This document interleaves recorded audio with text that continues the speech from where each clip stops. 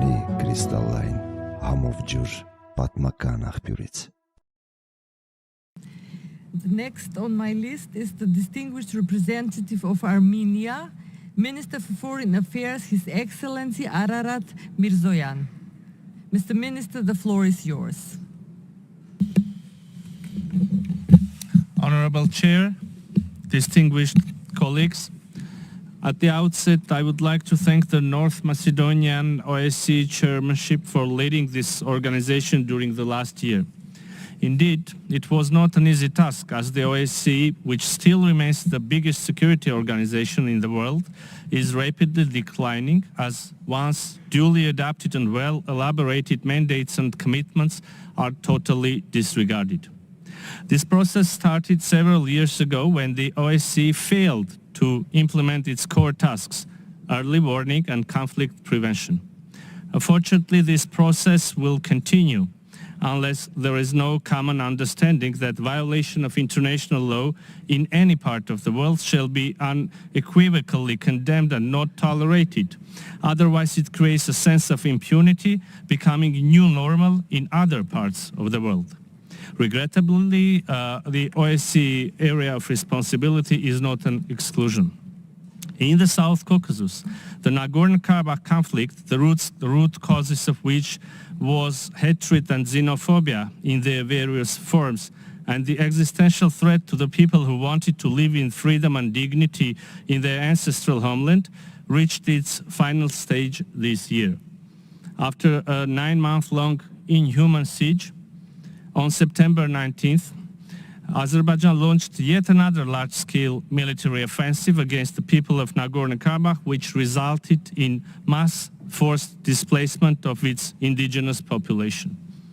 At this point in time, we can state that in silent agreement of the international community, Azerbaijan has reached its long-standing goal to get the territory of Nagorno-Karabakh without its Armenian population.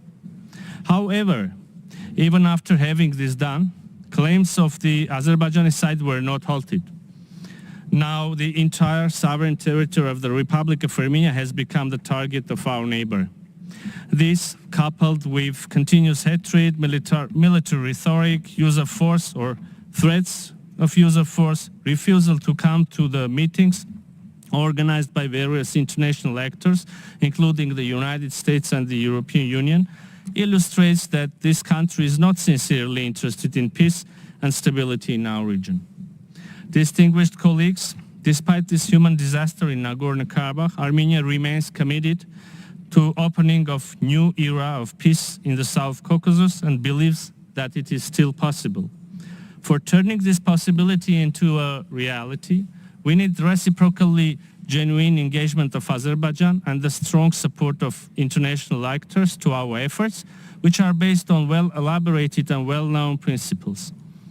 These principles that were widely discussed and admitted, or at least not rejected by the Azerbaijani side, include mutual recognition of territorial integrity based on the 1991 Almaty Declaration and without any further ambiguity, delimitation of the state border between Armenia and Azerbaijan based on the freshest and legitimate maps, USSR General Staff maps of 1974-78, and opening of all transport and economic communications with full respect of the country's sovereignty and jurisdiction, as well as based on the principles of equality and reciprocity. The Armenian side is reaffirming its commitment to the above-mentioned principles and demonstrating its readiness to embark upon practical steps, has recently presented the concept of connectivity project, which we called Crossroads of Peace. This ambitious project is aimed at connecting East with West, North with South, and through regional cooperation create conditions for strengthening economic and cultural ties, soften contradictions, and foster better connectivity and political dialogue between the countries of our region. In this regard, the opening of the Armenia-Turkey border is also of crucial importance. As you might be aware, we have reached the agreement to open the land border for third country citizens and Armenian and Turkish citizens holding diplomatic passports, which was reconfirmed by my counterpart, Minister Fidan, at our bilateral meeting on October 23. Even concrete timing was indicated, meaning upcoming weeks, and we hope that in the nearest future we will implement this first but quite tangible step. Madam Chairperson, there are also a number of humanitarian issues on Armenia-Azerbaijan normalization that cannot be ignored. The release of all Armenian detainees, including the ones imprisoned after September 19, cooperation in addressing the fate of missing persons, protection of cultural property in and around Nagorno-Karabakh can pave a way to long-lasting, just and dignified peace. In conclusion, I would like to stress that Armenia, as a responsible member of OSCE, has proved on numerous occasions its devotion to regional and global peace and will continue to take steps to that end. And once again, I reiterate that Armenia remains ready for negotiations, and we need Azerbaijan to stop rejecting the proposals of facilitators to meet and finalize the peace treaty. To ensure this goal, we need genuine efforts of all interested parties and international community as a whole to turn the page of violence in the South Caucasus and strengthen international rule-based order.